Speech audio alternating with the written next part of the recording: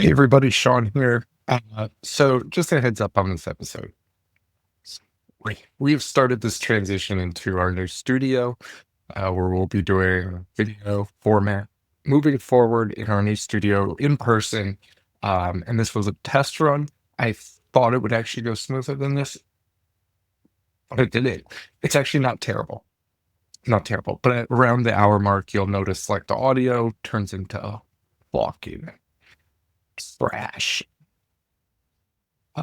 But it picks back up in 10 minutes. It'll go back to normal. So just know we were working through some technical issues or some technical video issues where we had to like cut out and stuff. It sucked, but it's great because we got the kinks out. And moving forward, it'll be a lot better. Next week, you'll see us back to Zoom. And then after that, we're going full time to the studio thing. And we're going to have, different outlets you'll be able to watch us on. You'll see. But until then, you can watch us on the Spotify app. They have the video episodes there. And you can watch us on YouTube, which I don't think we have a custom link. So head on over to ihatehorror.com and click that YouTube link and subscribe and whatever you need to do and watch us there. Yeah. So enjoy this. Oh, and patreon.com/ihatehorror.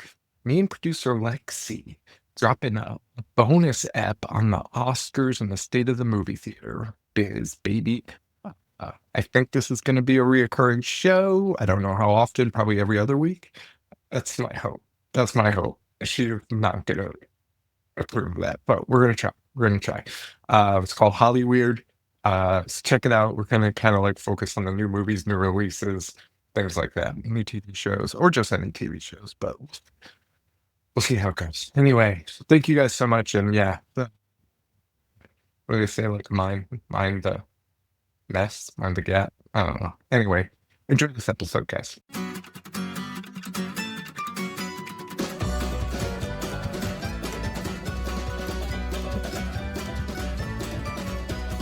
Always asking why I like watching people die. And why I give my kicks while others scream and cry. And my friends think that I'm sick or maybe uneducated, and my family doesn't want to admit that they are related. And monsters and madmen who rape and mutilate are perfect entertainment when I take a raw day. You can shove and spark vampires and family comedies. Give me blood and beast and boobs and take the triple B's. I'll ask you why.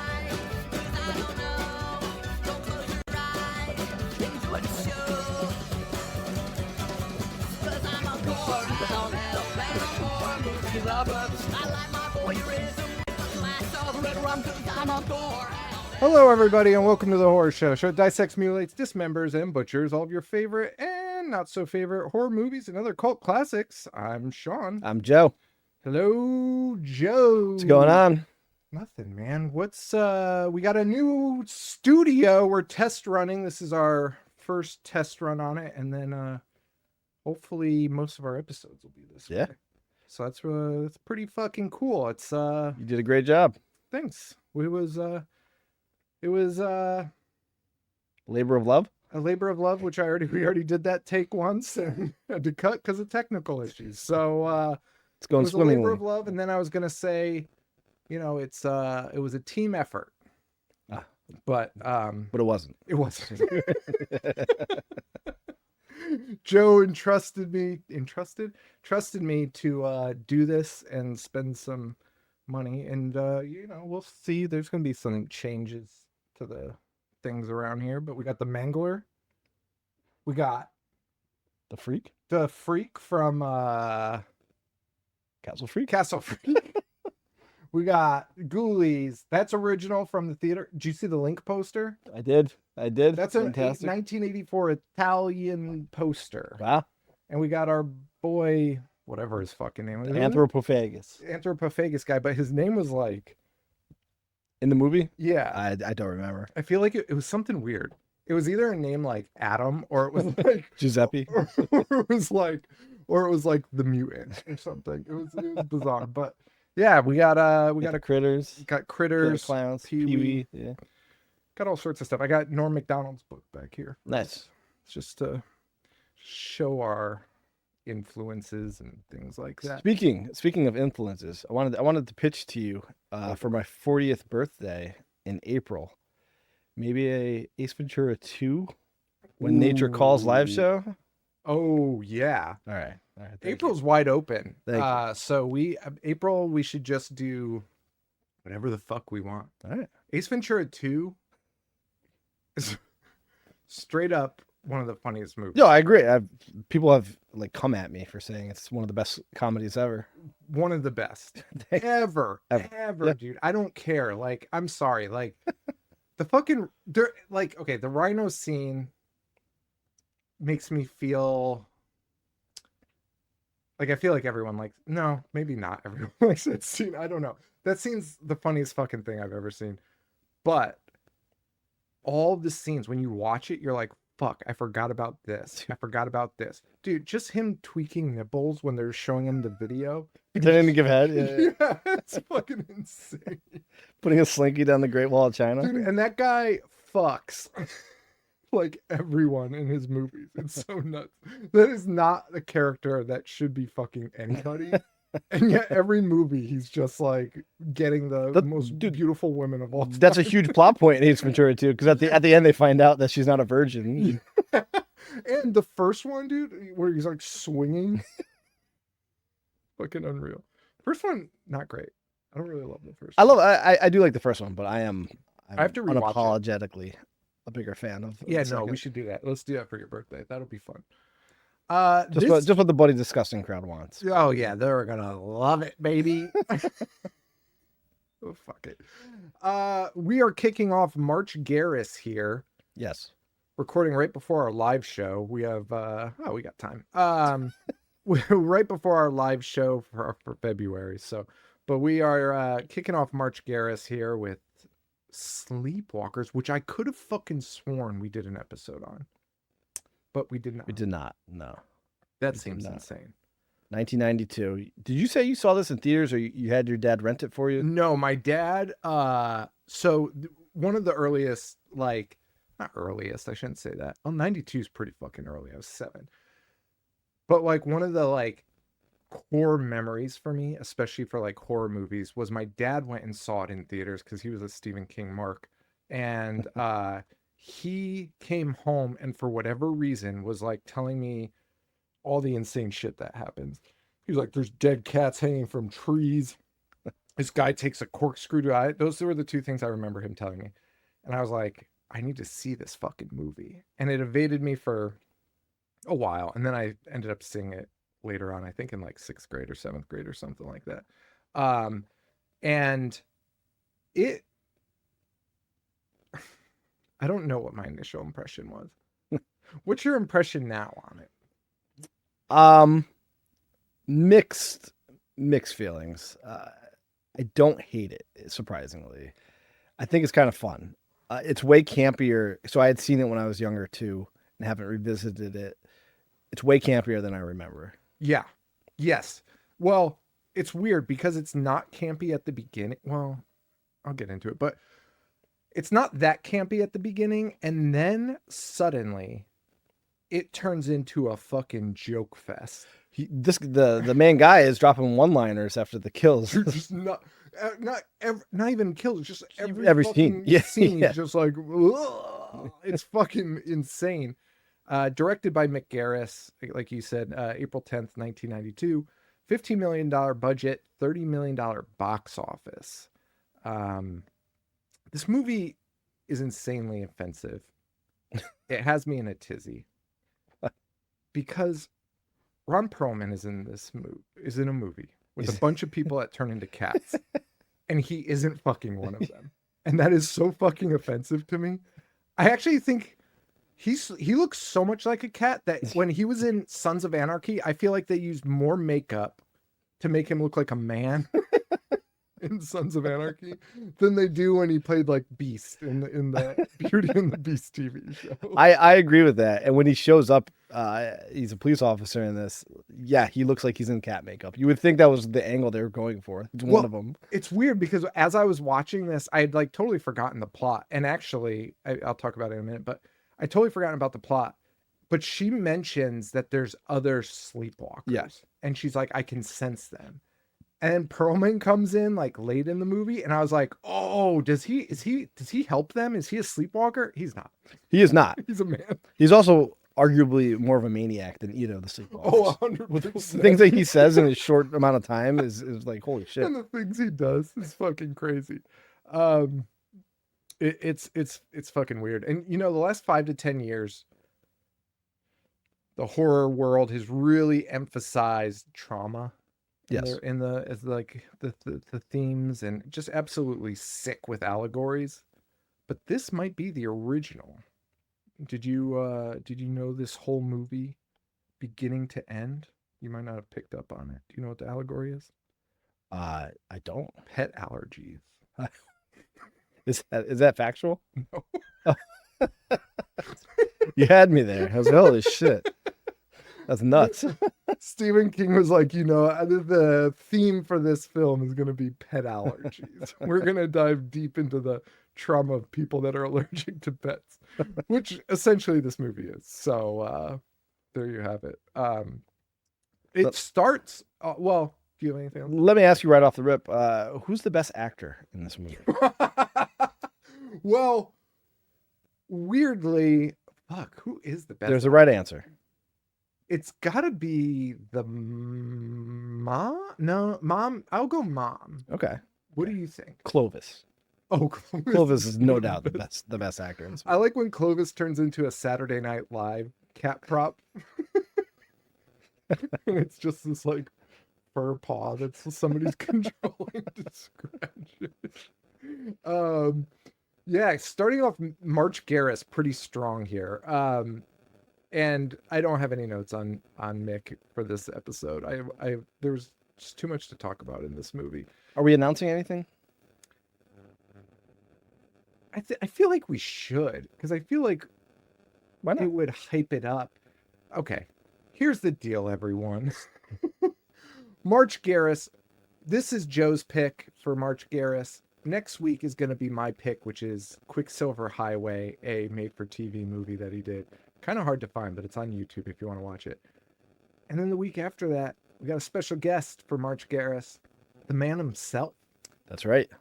And he's going to talk about all of these movies in detail with us. And it was a great. It was a blast. It was a great interview. Our interviews have been fun. Yeah. And Mick was super cool, and it's going to be hard to do our normal jokes about some of these movies. But he's not going to listen. Correct.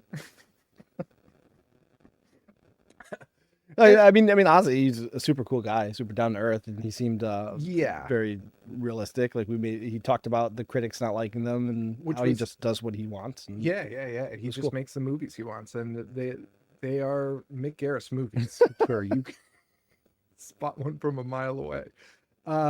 They're interesting. They're interesting. This one is bizarre. You even said it when you texted me about it, and you were like, I forgot it was like not made for kids for a minute. Yeah, it has a very early 2000s CW TV show feel with the acting, the coloring, and that's not an insult. That's what it reminds me of. Like it. And for the first, there's some kills and whatnot, but for the first good chunk of it, it just feels like that. And then there's a police officer who comes in and drops motherfucker, and it like jarred me. I was like, oh, this is an adult movie. Yeah, that police officer that drops a motherfucker too is weird because he's talking to his cat Clovis. It's like, motherfucking Clovis. You're like, oh, okay. The movie kicks off too with this giant thing, and it says Sleepwalker, a nomadic shape-shifting creature with human and feline origins, vulnerable to the deadly scratch of the cat. The Sleepwalker feeds upon the life force of virginal human females, probably source of vampire legend, and it's credited to, I don't know how to say that, Kilcoth Encyclopedia of Arcane Knowledge, first edition, 1884. I was like, yes. Oh, that's interesting. Yes, but not real. Not real. It's made up for the movie. Mick made it up. Yeah. It was funny because it was like Mick made two changes to Stephen King's script. I was like, oh, that's interesting. And it was that. That and a very explicit sex scene. Yeah. which I don't know where it would have fit in. No, and Mick actually talked about that scene too, and how he had to like cut it out. 'Cause Yeah. he wanted them to have like full penetrative sex in their cat forms, which in the moment, like I knew what they looked like, but when I saw it here, I was like, no one wanted to see that. they probably had no issue with it necessarily in content, but they were like, hey, we're gonna do you a favor and make you cut this out, because if the word gets out that this is in this movie, no one is gonna watch your fucking movie. Like, that's fucking nuts, Mick. Like, cut it out. Full penetrative cat sex. Oh man. But yeah, he claimed that it was going to get an X rating with that in there, and then he reduced it. I will say, like, the fucking cat deaths in this are a lot. Lot. And on screen. That's not the movie starts with disemboweled cats hanging from strings. That's how it kicks off. And is it a rated X movie with just one sex scene added to it? I guess probably not. But also, that is fucking graphic. It is graphic. Again, my kid would lose his fucking mind if he saw that.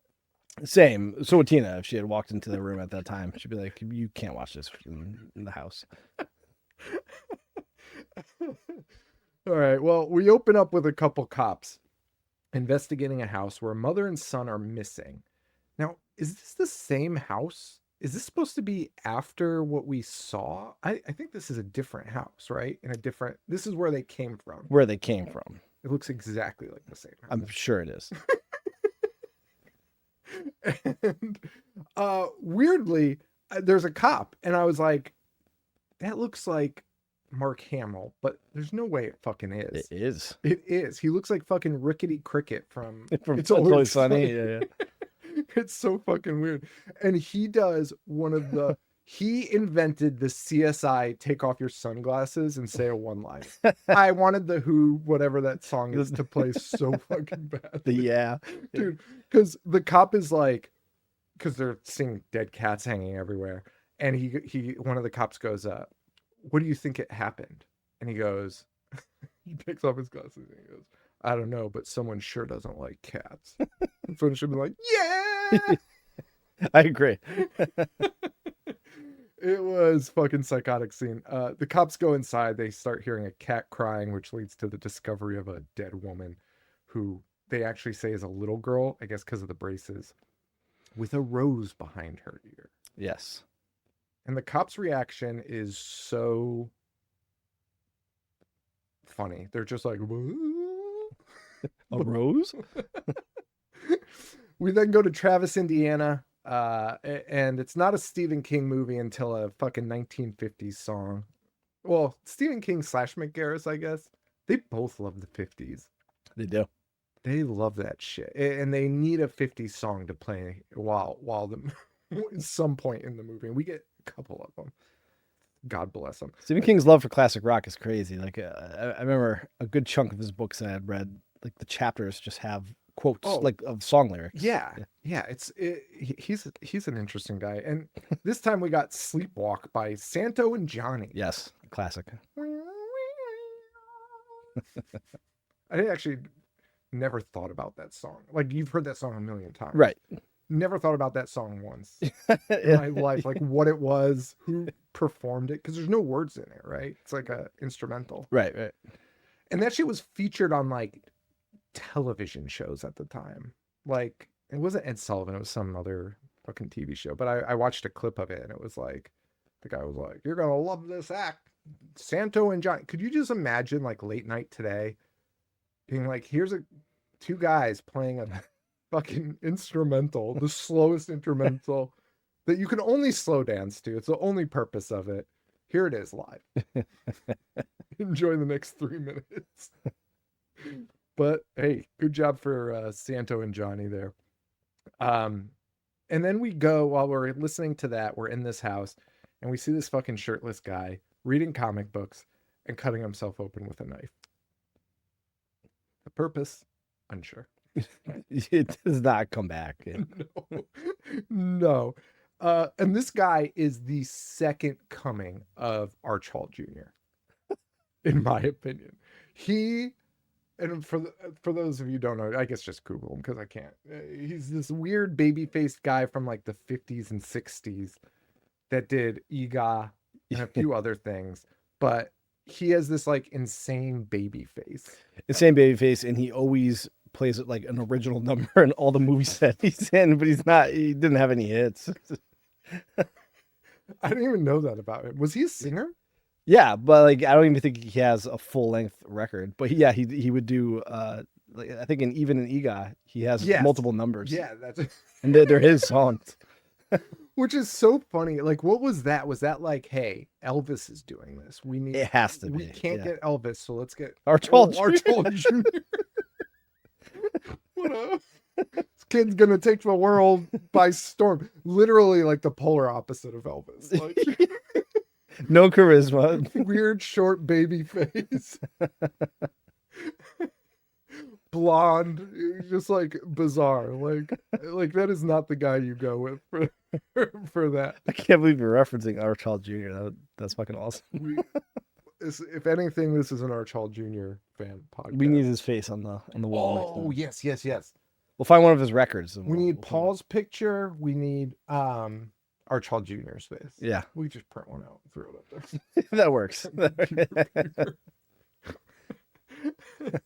Just have him playing on the TV the whole time. All his hits. Original ditties. Well, so my memory of this movie is so different at this point because we see the mom trying to kill cats from the jump. Like one evades the bear trap that they've set for cats. And she's like, God damn it. They start dancing romantically, and they reveal that it's the mother a little bit afterwards, and they fucking kiss. Yeah. And he carries her over the threshold to the bedroom, and we are at 9 minutes and 45 seconds. And I was like, oh, I thought this was like a reveal later on. It's not. No, you know it right off the bat. I feel like that should have been a reveal later. Because no suspense of what's happening or who's doing this. Right. And what's also weird is I thought they might do a Tommy Boy where because again, I forgot the plot and I was like, okay, well, they revealed it early. So maybe they're going to reveal that it's not his mother later, like Tommy Boy. Yeah. But it is his mom that he's fucking. That's fucking crazy. That's fucking nuts. Like, and at first I was like, maybe it's because they're the only sleepwalkers that they know. So like, but like, I feel like you could just fuck a person still. For sure. You're a shapeshifter. Like, I think you still have a human dick, but who knows? Maybe that sex scene revealed that. Well, that's the other part that I had a little bit of a problem with, and this was, what the fuck is a sleepwalker? Because they'll randomly throw something in later, like when you're halfway through or even later than that, like in the last like 20 minutes, where suddenly the mom you realize has telekinetic powers. Right. And you're like, oh, they can do that too, huh? Yeah. Invisibility, cloaking. So, like, hey, maybe we should have just spent like, and I'm not the most explain everything person, but like just a little detail about what the sleepwalkers do. I do think that's my biggest criticism of the movie is a lot felt rushed. Yeah. I appreciate the runtime for sure. Yeah, the runtime is great. Hour 30. So Joe and I actually can watch the movies and we're at this fucking insane scene that we're going to get to soon, but it's fucking insane. Anyway, he is talking to his mom, who he's also fucking, about going on a date. And she's like, is she nice and whatever. And so it's a very odd thing. And we meet this love interest who is Tanya. Yes. And again, like with the story and like with introducing him already fucking his mom, it's like, well, it's not the love interest. Like we know what the fuck is gonna happen. Right. They're gonna fucking eat this girl. Right. Like, I don't need to know the plot. And again, I had forgotten it. I knew they were going to go after her, but like, I think anyone watching this would be like, well, he's clearly not in love with her. Right. Because he's in love with his mother. Which we cut to Tanya, who works at the movie theater, and another 1950s hit, Do You Love Me by the Contours. I actually don't know if that's a 50s song. Sounds like it. So I'm going to stick with it. Go with it. Go with it. Let's talk about our main players here. They're played by a bunch of fucking krauts. Bunch of Germans? I don't know. I actually don't know that at all. I just wanted to say krauts once. Brian Krause. That's why you said crap. that's a kraut. Right there. Yeah. That's a kraut. Are we allowed to say kraut? Dude, I hope we're the first podcast to get canceled for using the term kraut. Our German fans. We actually have a lot of We German do. listeners. Yeah. So I'm just kidding, guys. Why? Because they eat sauerkraut. They invented sauerkraut. I honestly have no clue. Right. What can you do? Brian Krause, who plays Charles Big Chuck Brady. Yeah. He's in Charmed. He's in Charmed. He's the voice of the guy in L.A. Noire, which is that guy looks exactly like him. And I was like, holy shit, what a casting choice. Yeah. Remember that game? I do. I have it. I did too. It was fun. And then looking back, I was like, what a stupid fucking game. Just like questioning people. Choosing which questions you want to ask. Now I want to play it, actually. What a fucking relaxing game. He also was in this bizarre series of movies based on Smokey and the Bandit. And I only want to highlight this because of the names of the movies. There was 4, and they were all released like the same year. And some people call them episodes, but they are movies. It was Bandit Goes Country. Okay. Bandit. This one is a good one. Beauty and the Bandit. And Bandit Silver Angels. So four Smokey and the Bandit spinoffs. Yes. Okay. Good for him. Good for him. I don't think he played anybody in particular. Oh, he wasn't even the Bandit? No. He was like some guy named Terry or something. And then he was in a ton of weird ass movies, including some horror. One he did was called Coffin Baby, which is it's like Toolbox Murders, right? I was gonna say that's the name of the Mhm. creature in Toolbox Murders. Yeah. That was in 2013 though. And he was also in a movie called Poseidon Rex, which is about a T-Rex in the water. So things are going great for him. But hey, I mean, the guy's fucking working. He's working. Yeah. Good He's for him. working. And dude, once you got that Charmed money, you're Oh yeah, he's good. You're Yeah, fine. He's good. You're fine. That shit was like syndicated forever. Yeah. You got, I think I wrote this down wrong. Alice Kriege. I think it's Alice. I wrote Ice. Alice Kriege, who plays Mary, and her nickname I gave her was. I'm gonna start introducing cast members like sports, like athletes or UFC fighters with they have to have like a. This one is Mary Fuck Kill Brady. She plays Mary Fuck Kill Brady. I think I did this wrong, but that's okay. I did it for the characters. But Fuck Kill works for her character. It does. He's Okay, trying to so do. you know He's what? trying to do both. I did it on purpose. So she was in She's Shelley in Twin Peaks. She is. And she was in Chariots of Fire, Ghost Story, King David. She was in Little Vampire A classic. in 2000. They remade that in 2017. Did they? 3D that no one knows about, I don't think. Well, they better have a cow pooping on the windshield with those little vampire wings. Is that a thing? That happens in the original. So glad I have you on the show. To have watched these fucking insane. I own it on DVD. That's fucking crazy. Have you showed it to your kids? No. That's a dad only movie. Hey kids, go to bed. Time for the Little Vampire. She was in Rain of Fire, Silent Hill, The Thor. She was in the 2022 Texas Chainsaw remake, tons of TV, and a Royal Shakespearean Theater actress. Okay. Good for her. Good for her. She is a working actress. And so is Madchen, a Mick. The mom? That's Tanya. The mom was Alice. Oh, okay. Mad Chin of Mick, and the A has the umlaut over it. You can move that thing. That's we should shout her out. Oh yeah, shout out to Darcy for it came with another thing too. I don't know where I put it. It had a little THS bag, and I was supposed to be part of the set. So I misspoke. Magic is Shelly from Twin Peaks. I thought you were on her, so my mistake. yeah, okay.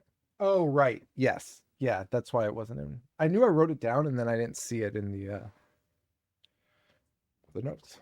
Yes, she was Shelly in Twin Peaks. 3 episodes of Dawson's Creek, 3 episodes of Gilmore Girls, tons of other TV. She was a main cast member in that Riverdale series. CW, man, I'm telling you. She was built Charmed for it. in this, yeah. And returned to Twin Peaks for that 2017 show even, which is my favorite. That's nuts, but That's what everyone says. It's so funny too because I got to Twin Peaks way late and I liked it a lot. And then that one came out and like the hardcore Twin Peaks fans, when I'd be like, I think 2017 is like my favorite, they were like, hey, listen. Like the people that were obsessed with it were like, you can't be serious. Like, stop it. And I was like, I'm 100% serious. It was weird. That David Lynch trajectory, which RIP, I don't know if we ever talked about that, but my trajectory for David Lynch is crazy because I saw Eraserhead way late, right? I think it was like when we started the show. I remember you watching it. And I was like, I'm going to watch every movie he's done. And I started Eraserhead and I was like, I fucking hate David. This fucking sucks. I hate this.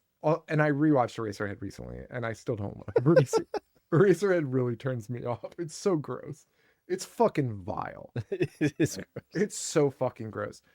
And I was like, I fucking hate David Lynch. He makes no fucking sense. And then my brain must have just broke. And then I during it, and I was like, this guy's like the fucking greatest fucking director of all time. Like, I fucking love it. And none of it makes sense. I love how he made Elephant Man, which is probably my favorite David Lynch movie. It's so well made and it's such like a touching story and like everything hits on that. And then at some point he must have been like, hey man, I have to put something weird in this. And he has that dream sequence, which is the most David Lynch like scene I've ever seen. That has no business being in that movie. And then he made that one weird one. The weirdest one in his catalog is, what is it called? It's like The Long Story. And it's about the guy that rides his lawnmower across the country. It was like a rated G movie. The studios had to be like, hey, listen, man, we're not giving you any more fucking money unless you make a movie that we can sell to people. And then they gave them that, which probably didn't sell for shit because who the fuck is watching that? Let's take a quick break. We'll be right back. All right, we're back. Let's keep going with this fucking movie. Well, just real quick to highlight the other important cast members. We have Ferris Bueller's parents reunited as the parents of both of them. Yeah, that's both of them. Yeah, I knew the mom. Oh, I did not realize it was the dad too. That's kind of cool. Yeah, they're back together. Good for them. And we have Glenn Shaddix, who's in Beetlejuice, in the Deo scene. Yeah, we get cameos from Stephen King, Joe Dante, John Landis, right? Yeah, not very subtle cameos either. No, and Clyde Barker. Clyde Barker too in that scene. Yep. Yeah, it's literally, there's just a scene where Stephen King just leads it and just introduces you to every director. It's like, hey, remember this guy? You're like, okay, thanks, we get it. Mick loves those fucking guys though. He does. That's part of his whole what do they call it, the Masters of Horror thing. So he it's cool. That's cool. I like it. Just bring your fucking friends on. Yeah. I wonder like what that conversation is like though, because also like if I'm like a director and somebody's like, hey, you want to play a medic? I'll be like, I think I'm busy. I think I got shit to do. But hey, he got him. Good for them. Yeah. So anyway, Charles starts stalking Tina or Tanya rather. He starts stalking her, like which is weird because he has like he talks to her and she is so into him. He could literally just hang out with her, but yet he is also spying on her while she's like working at the movie theater, which is kind of weird. the mother and son are still upset that they haven't killed any cats. They're very horny for each other, and have a nice weird conversation talking about how nice Tanya is. It's about a 5-minute scene of the mom being like, "Is she bad?" And him being like, "No, she's nice." She's like, "Oh, okay. So are you sure she's nice?" "Yeah, she's nice, mother. She's real nice. She's not bad."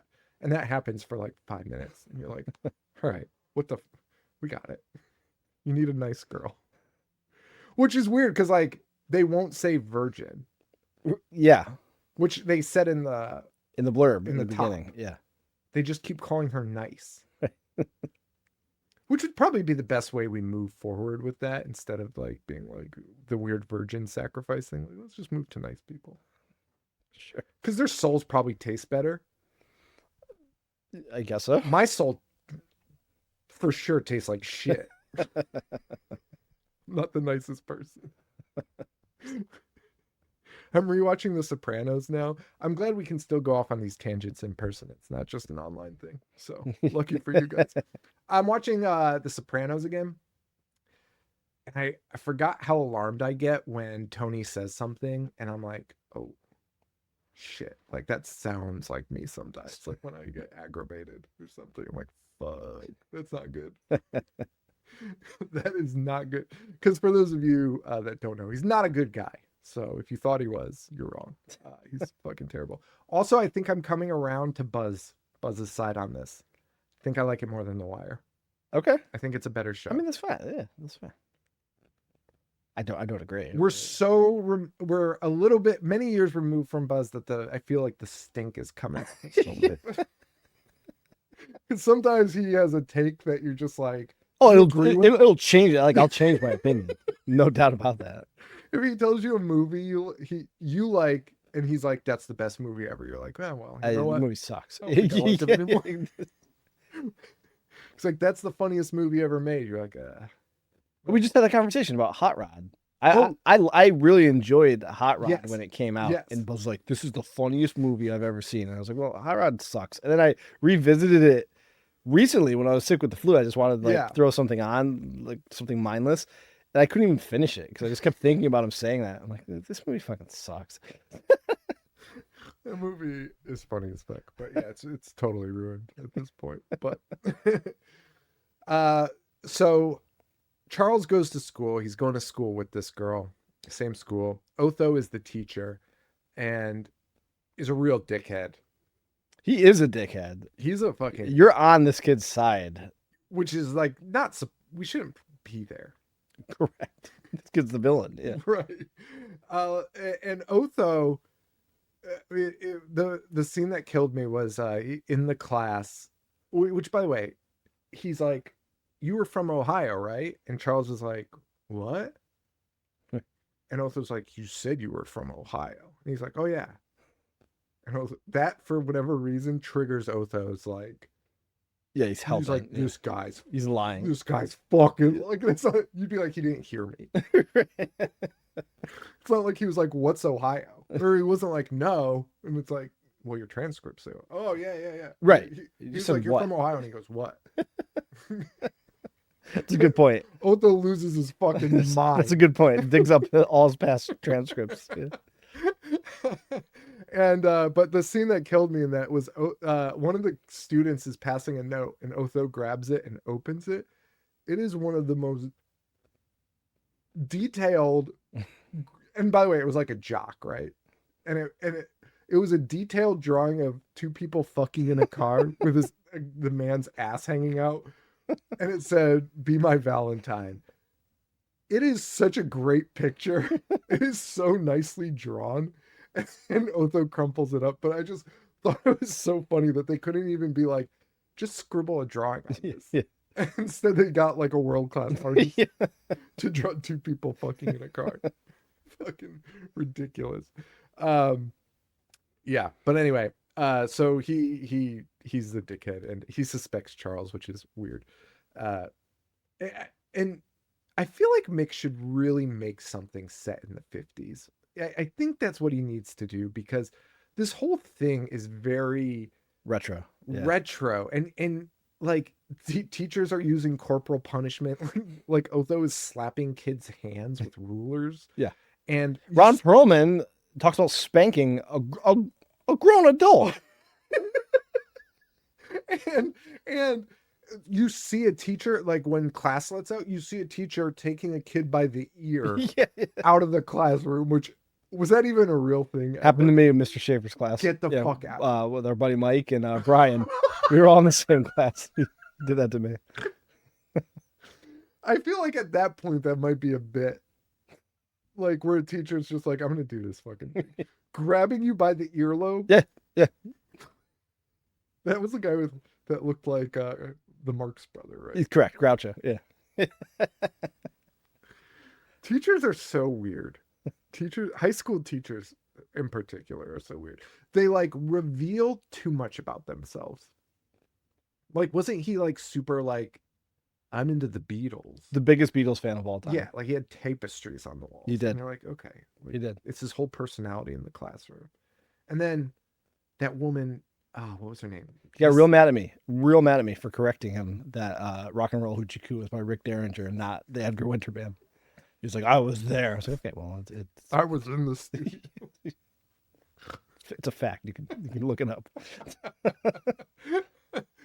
That other teacher, Miss DeMeo, did you ever have her?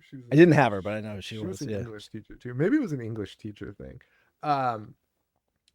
She was like, she would just talk about capoeira, that like dance fighting I'm not familiar. from Brazil. You don't know about that? No. I think there's a movie too about it.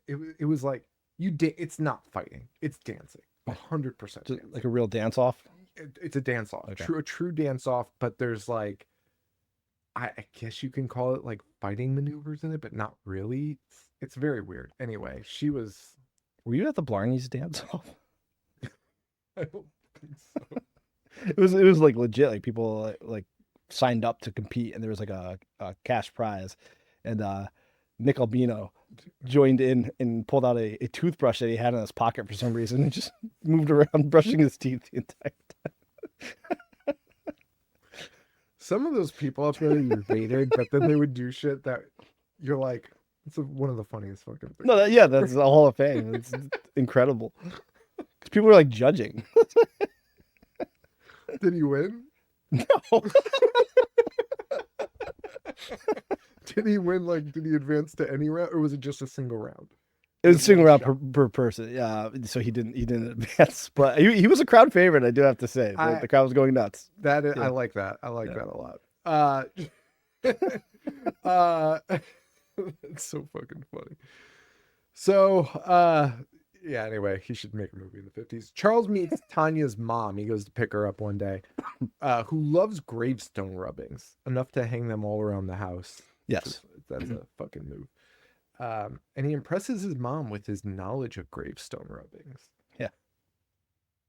Which doesn't matter. Not at she's all. gonna fuck him anyway.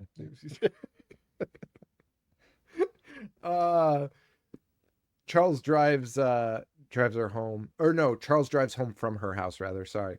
And for whatever reason, his teacher, Otho, pulls him over. If anybody, let alone teacher, came up behind me like that, rode me off the road, and then forcefully like shut my door like that, a perfectly reasonable reaction as to what this kid does. Oh, And what he does is rip his hand clean off. yeah. And not only does he close Charles tries to open the door and Otho slams it shut. It's on his hand. He does it again and it's on his fucking hand. Yeah. You'd probably break every fucking bone in your hand. Correct. I would fucking kill him. Yeah. Which he does. Fun fact. I don't know why I said it like that. Because he does. He rips his fucking arm off and buries him out in the woods. So there goes that. But the reason he pulls him over is because he did dig up all of his transcripts, and he's like, "You made this up. Like this place doesn't exist." Yeah, which was funny because he's like, I looked up your Well, first, I mean, the first evidence he has is all you need, which is the town you claimed you lived in doesn't exist. It's not real. Which, like, that's it. And end of story. And he's like, but then I also pulled up your transcripts. They're fakes. Pretty good fakes. But they're fakes. Okay. think all you need is the fact that this town doesn't exist. Agree. And he chases him into the woods, turns into Ron Perlman and kills him. Eats him, actually, I think. But hey, what can you do? I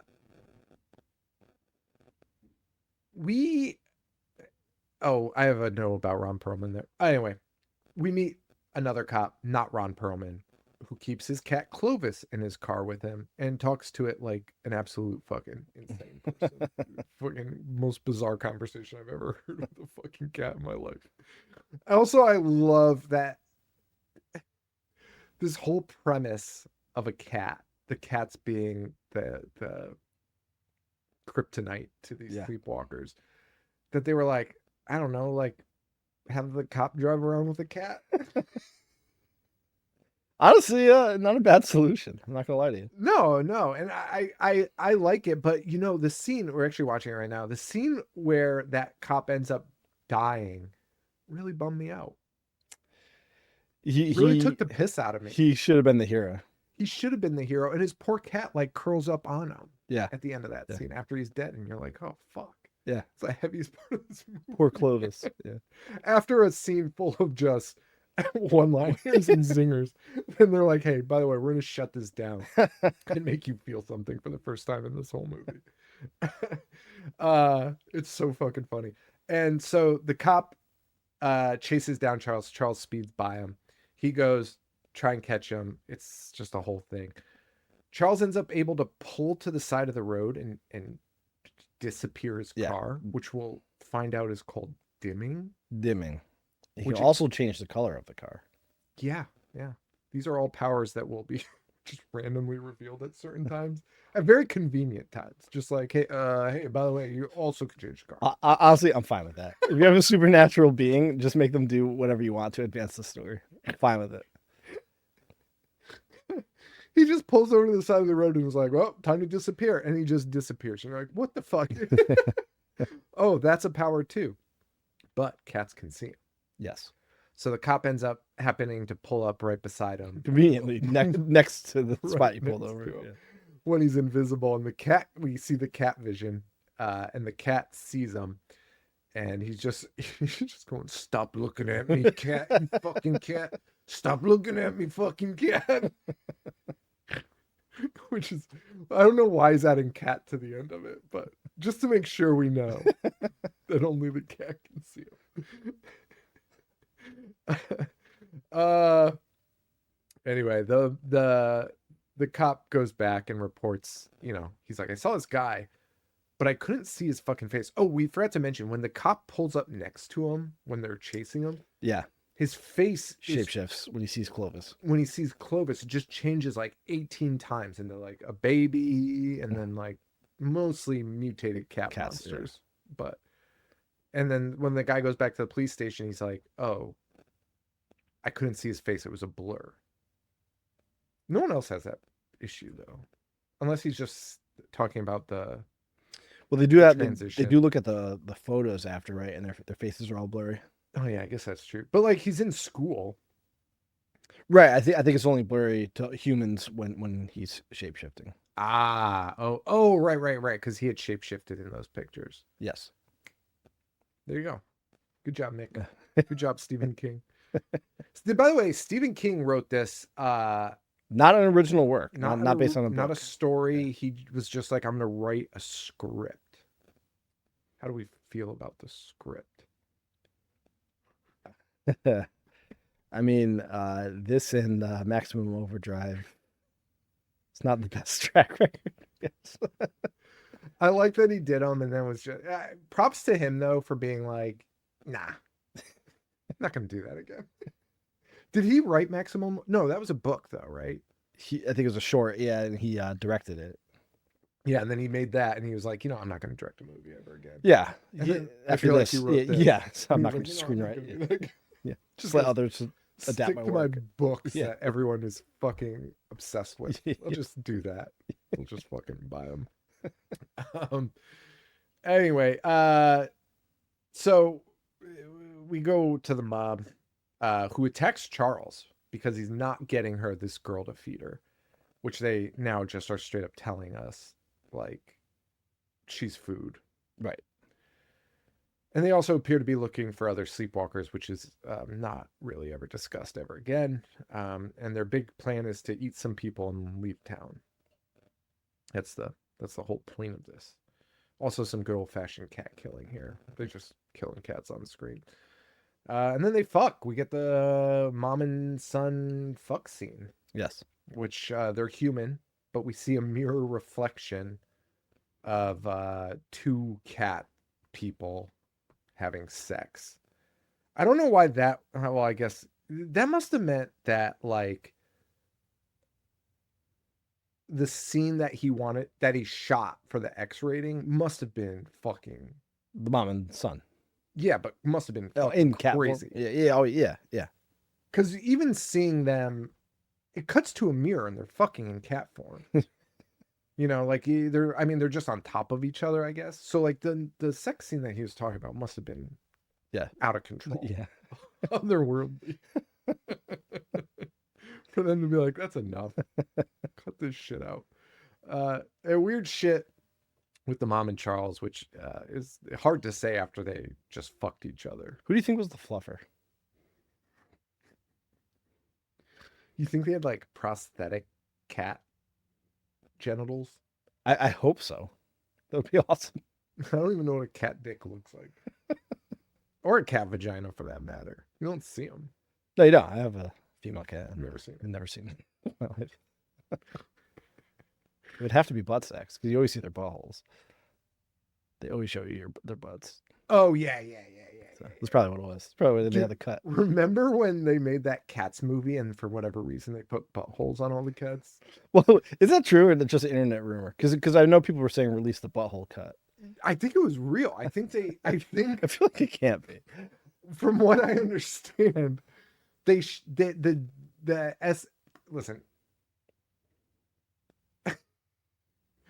I don't think it was like, here's the cut.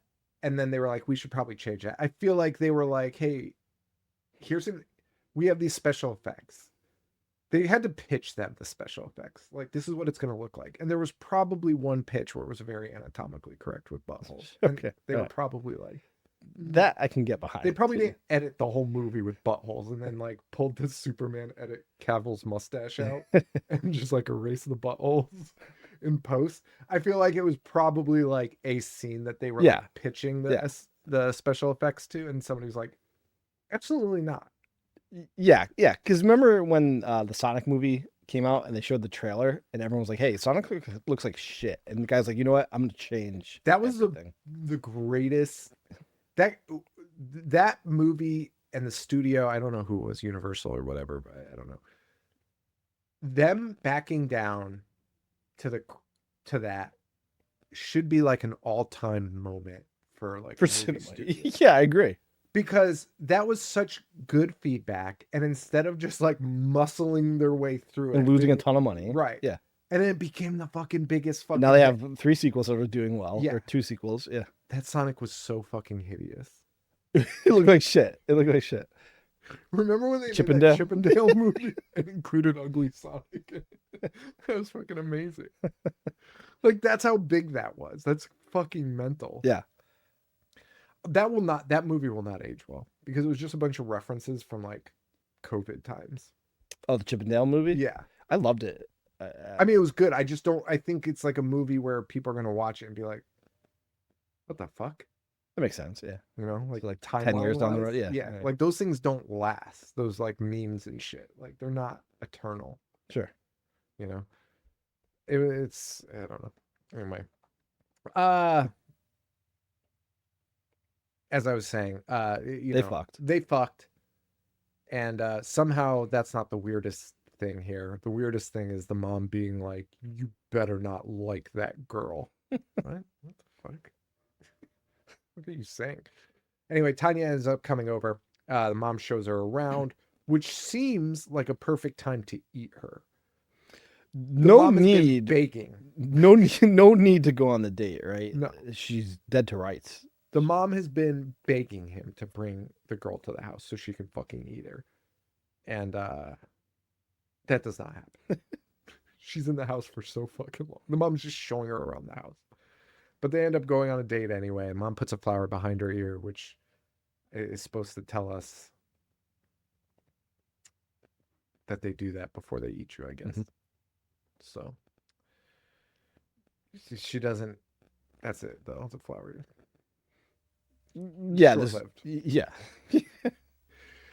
Charles takes her out to the graveyard where they're gonna go do some gravestone rubbings, I guess. They have this, which they allude to. He's like, "We're gonna rub things." She's like, "Oh," even Tanya's like, "I hope so." Holy shit, rubbing graves and genitals out here. And then they have the weirdest crash and tumble you've ever seen. It's so awkward. Like, it's been in a million rom-coms where it's like you fall on top of each other and you're like, oh, Yeah. what a weird moment. Should we kiss or should we not? They do that, but then they proceed to just roll themselves. You can see them like forcing themselves to roll. They roll like 10 feet before they get to the hill, and then they roll down a hill. You're like, this is fucking awkward as fuck. And they kiss, and then Charles proceeds to start sucking out her soul. Yeah.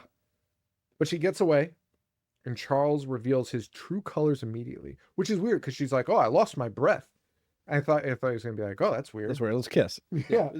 The guy doesn't have a plan. For somebody who's been doing this, not prepared. Not prepared at all. And instead he's like, he turns into a completely different character and is like, "Is this the excitement you want?" And you're like, "What the fuck is happening?" And he loses his fucking mind He's very reserved up to this the point. whole time. And now he's just, I mean, I did Bobcat's voice right there for no reason because he doesn't sound like that. But he is cracking one-liners like a fucking Bobcat character would. Like all of a sudden he's just like, "Ah." It's like, "You're a sandwich." Like, what? What the fuck are you saying? I need you to live. He keeps trying to suck her soul. And he's also beating the shit out of her. Dude, Which is actually like the hardest part to watch it. he is. It's nuts because Punching her. I was watching it downstairs. I started it early this morning, and then I heard Logan coming down the stairs while this was happening. I couldn't pause it fast enough because I'm like, you can't see. This is Out of fucking crazy. anything. Yeah. We were worried about the dead cats, but like watching this grown man pummel a woman, you're just like, holy fuck. This is the worst thing in the movie. They're fucking crazy. Yeah.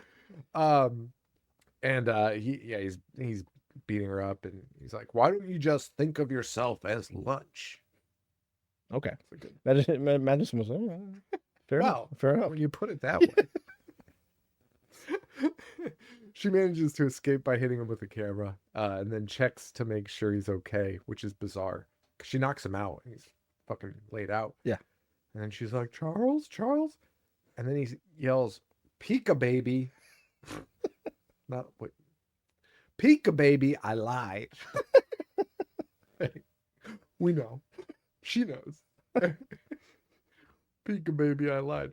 He also has a bunch of other like lying lines. Like I didn't even write them down, but he just keeps talking about lying.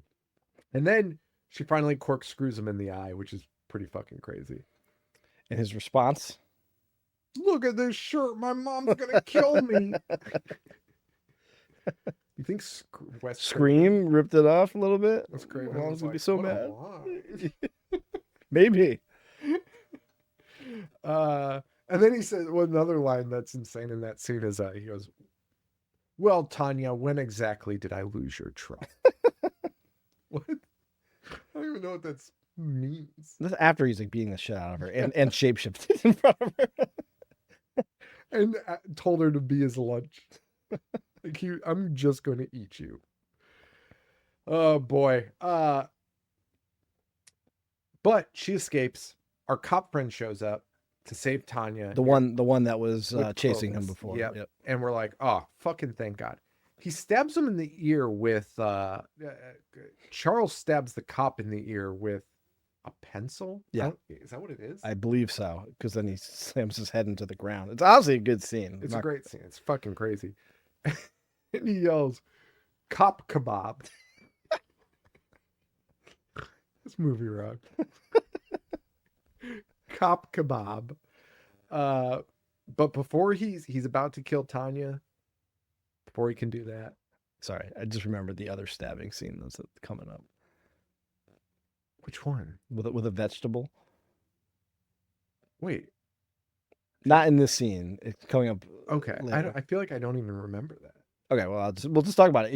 He stabs another police officer with a corn cob. Why do I not remember this Sean. at all? I must have been like looking down and writing a note or something. That's fucking. It's either him or the mom. I actually don't remember who does it, but yeah, they pick it up and just stab him in the back, and it's penetrated through his skin. It might be coming up here. Actually, I probably looked down and then saw it when I looked up, but just assumed it was, a knife. no, it's a corn cob. Well, that's classic. Good for him. Good for this movie. He's about to kill Tanya, and Clovis shows up and absolutely fucks him up. Yeah, beats the shit out of him.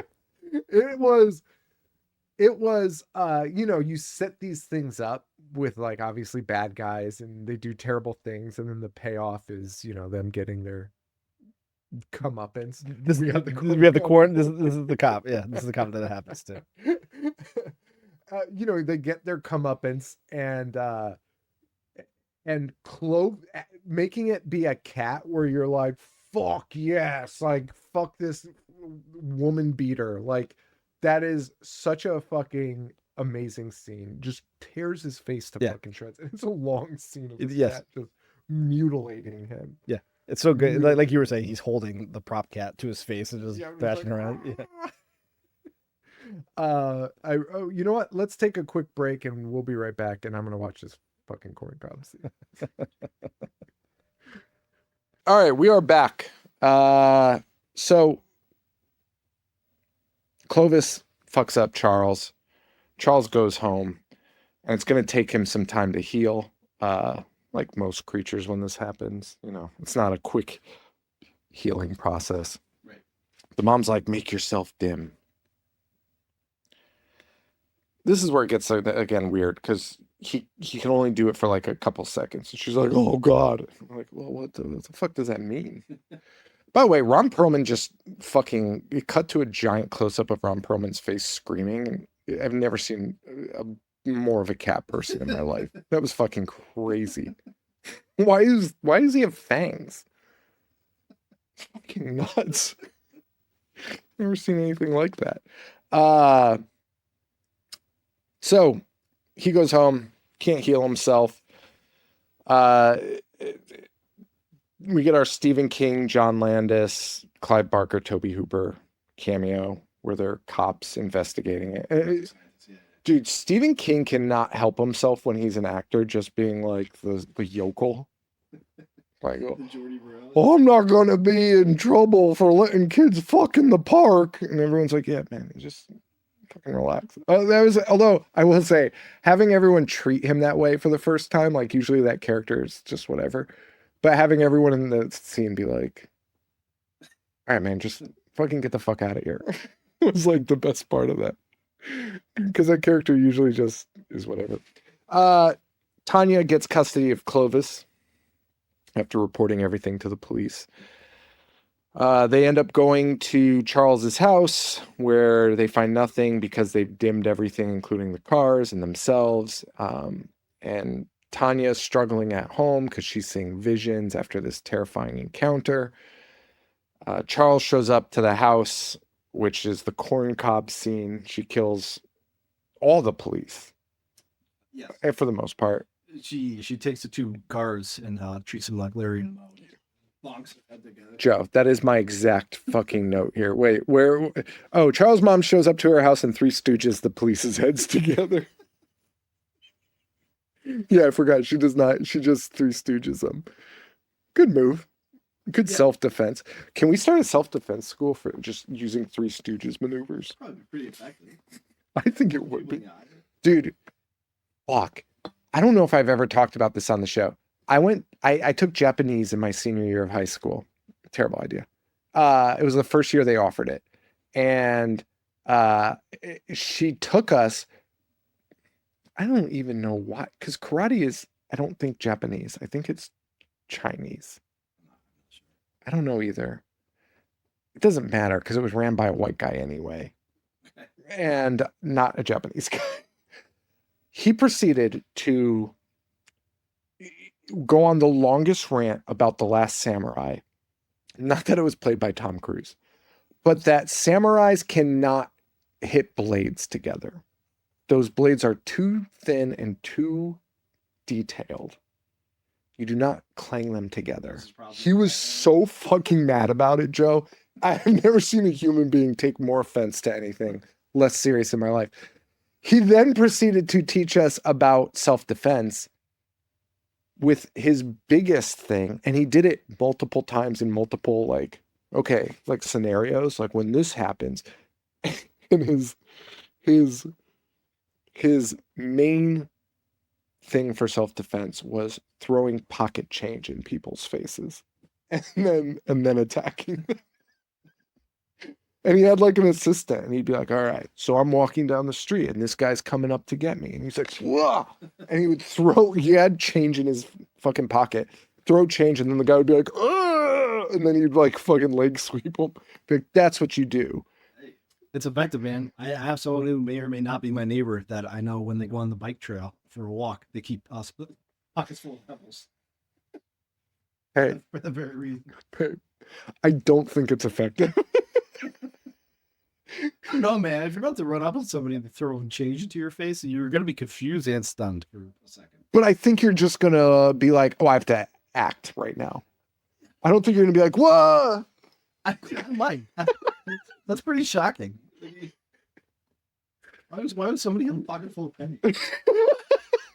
Well, in 2025, if somebody threw pennies at me, I would definitely be like, what the fuck did they just throw at me? It would stall you enough where you'd be a rock in the nose. It's a good prank. And we're All right. carrying. Hey, props to that guy in that studio. Dude, 30-minute fucking field trip. Fucking insane. How did the school allow that to happen? Anyway, so she attacks the police guarding Tanya. She takes Tanya out. Ron Perlman is the last line of defense, which she bites off his fucking fingers and snaps his arms off. Fucking cool. The cop that gets the corn to his back. Yeah. He gets knocked down at first because the mom shows up, by the way. Oh, yeah. And introduces herself to the father with her real name and her real intent. When she could have, he doesn't know who she is. So at any point in time, she could have just lied. Like, hey, here, Jack, I'm a friend of your daughter. Anything. She says that, and the guy's like, what the fuck are you doing? And then she immediately kills him. With roses.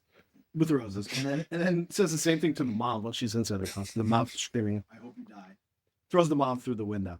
And then she throws a cop down to the ground before she stabs him with the corn. Keep in mind he's a cop, so he has a gun. This guy fires every round into the lamp that is a good 15 feet away from where the woman is standing. Who was standing still, just being like, whoa. It's probably the worst shot I've ever seen in cinematic history. The cop work in this is not great. From beginning to end, the cops are the worst cops you've ever seen in a movie. Well, yeah, in the scene prior to that, when they go to the house with the dimming, how many of them step into bear traps? Oh my god, it's fucking Ron Perlman's insane. losing his fucking mind. They're not hidden. I know. The cats are avoiding them. The first scene we see, the cats, they're like, why won't the cats step in the bear trap? Like they're looking at the bear traps being like, I'm not gonna fucking touch that. That's so funny. Oh man. She brings Tanya to the house, the sleepwalker house, where she's gonna feed her to Charles. They cut to Charles. Charles is dead as fuck.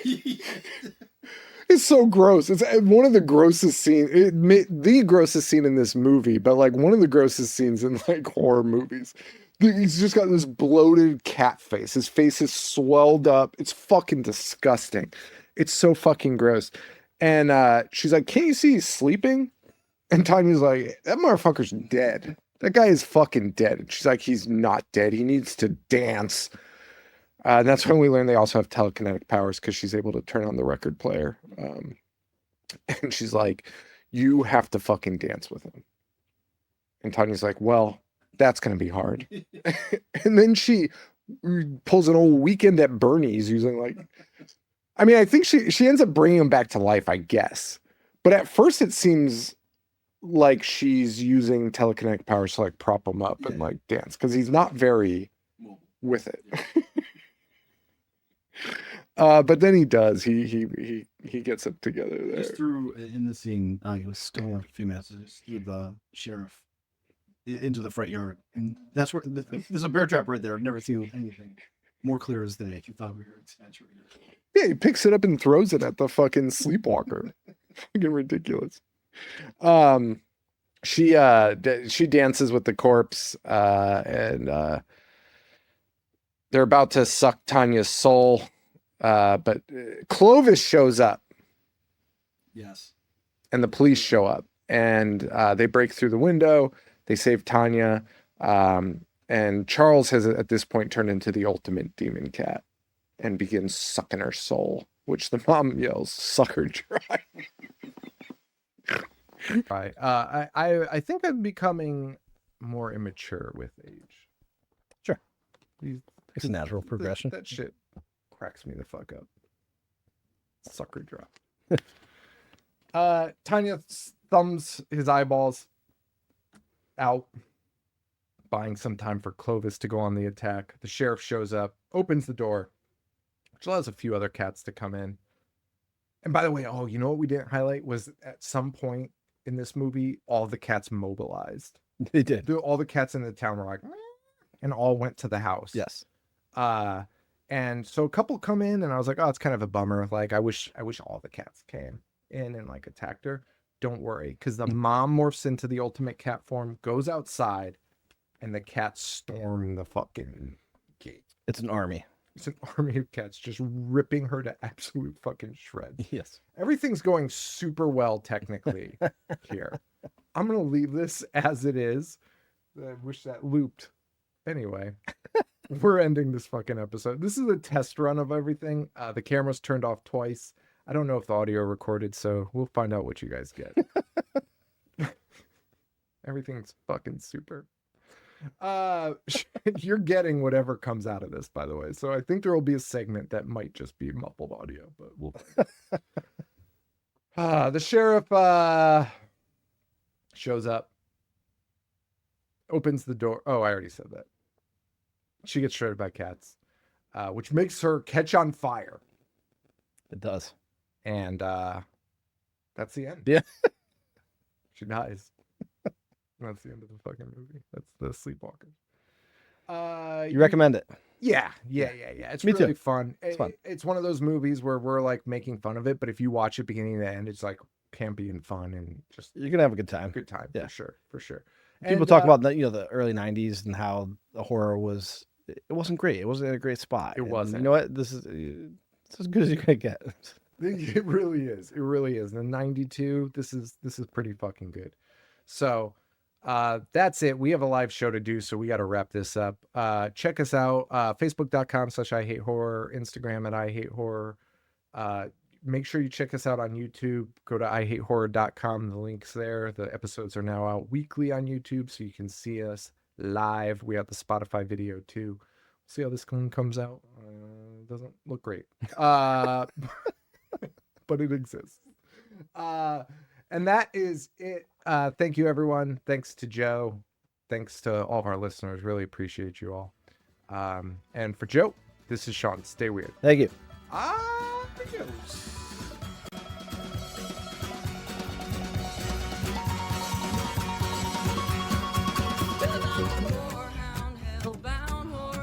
Lover, I like my voyeurism with a glass of red rum, cause I'm a gorehound, hellbound horror movie lover. Good and evil are just colors on the spectrum, cause I'm a gorehound, hellbound horror movie lover. I like my voyeurism with a glass of red rum, cause I'm a gorehound, hellbound horror movie lover. Good and evil are just colors on the spectrum. Hey.